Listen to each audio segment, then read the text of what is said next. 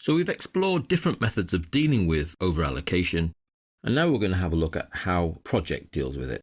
So the auto leveling facility. So firstly, let's take the My Bedroom with Resources Assigned file, and we can see we still have the same overallocation in that the joiner is trying to do sand the woodwork and paint the woodwork, but he's over assigned. So how does the leveling work? Well, on the resource ribbon, we have a whole group called level. And in here, we have the ability to level a resource, level all resources, clear any existing leveling, take us through to the next overallocation, or visit the leveling options. Well, let's firstly look at the leveling options. Now in here, we have the option to change from manual to automatic. Not recommended, because automatic leveling means that the project will actually level as you go. So as soon as you allocate somebody, if it feels you're over allocated, it will automatically level at that stage. Not appropriate when you're in a working project.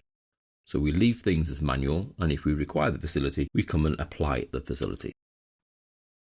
We can look for over allocations on a day-by-day basis, week-by-week, month-by-month, or even broken down to each minute. Now the way that our project works is we have some few day tasks and part day tasks. We will leave it at day by day.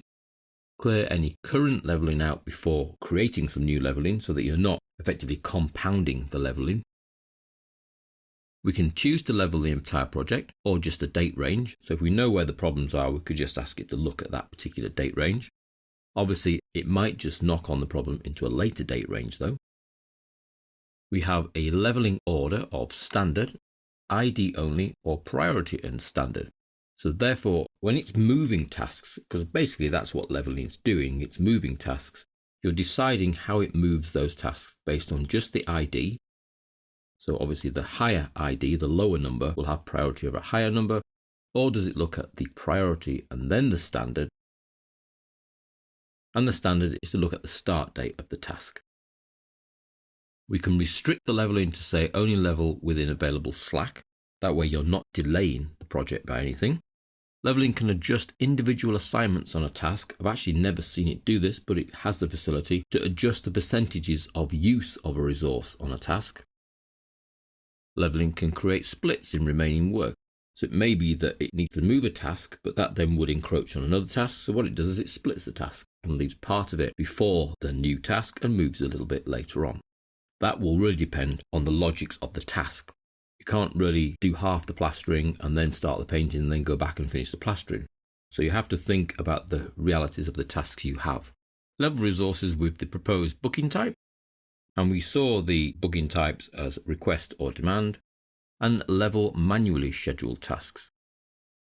So if we were to turn some of the tasks into manual ones rather than auto schedule, it can even move those around. So this is the settings. Now I can either choose OK and it will recall the settings, or I can level all at this stage now while I'm in the options dialog box, or I can clear the current leveling if there were some in place. I'm just going to say OK. What I now wanted to do is to level the joiner. So I go to the resource sheet, choose the joiner, then come back to the resource ribbon and choose level resource. So it's only going to level the joiner. That's the only one that's over allocated anyway. Click. It knows I want the joiner and level now. Now the problem is that the joiner is assigned more than the maximum units. So the leveling cannot actually fix this. So to continue leveling other over allocated resources, click skip. Continue leveling and skip over allocations that cannot be resolved, click skip all. Or click stop to finish leveling. So I can either choose to skip this problem, which is it cannot fix the joiner anyway, skip all to fix all other related problems, or stop the leveling. Well, the only problem is the joiner, so I need to click stop. So in this particular case, the leveling tool cannot fix the joiner because we've actually over allocated him above his maximum availability. However, if we have a look at another file in our working folder, which is the My Bedroom leveling, here we have some series over allocation, lots of little red icons here in the whole first group of empty room. When we look at the resource sheet, you can see that me is red.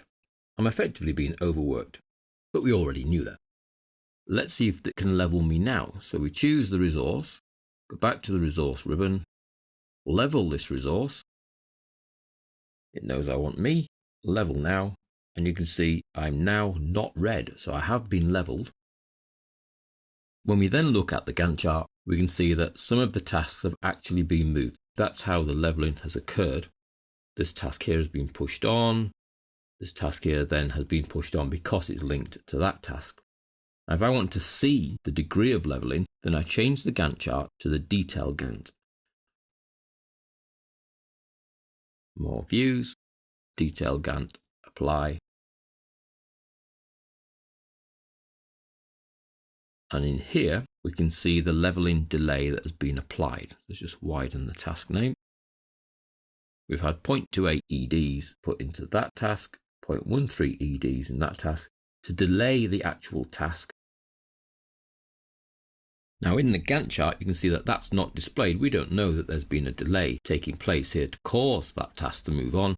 We have to look at the task table. However, if we change to another Gantt chart, which is in more views, the leveling Gantt, I did say there was a lot of views in here, and apply, the leveling Gantt shows me the same column, so I see the 0.28 EDs, 0.13 EDs, but over in the actual Gantt chart, I can see the cause and effect effectively. So the blue bar is where the task has been moved to, the green is where it was, and we can see here, there's the 0.28 EDs that's pushed on that particular task, but that's where it was. This task has been pushed on not because it's had any leveling applied, but because of its predecessor links. And then this task here has been pushed on. We can see the 0.13 EDs there. And as you scroll through, you can see if there's been any further knock-on effect. And it would appear not dramatically. The main push on has been at the beginning here. That's pushed that task to that task. But because this one doesn't have a successor, that has then not knocked on the rest of the project, which is good. So that's the leveling option. You choose the resource sheet. You choose the resource that is effectively in red. And then on the resource ribbon, we can choose to level that individual resource or level all resources, or we can clear the leveling. So if I look back at the Gantt chart and choose to clear the leveling for the entire project, those E days get taken out, but now I've got little red people again.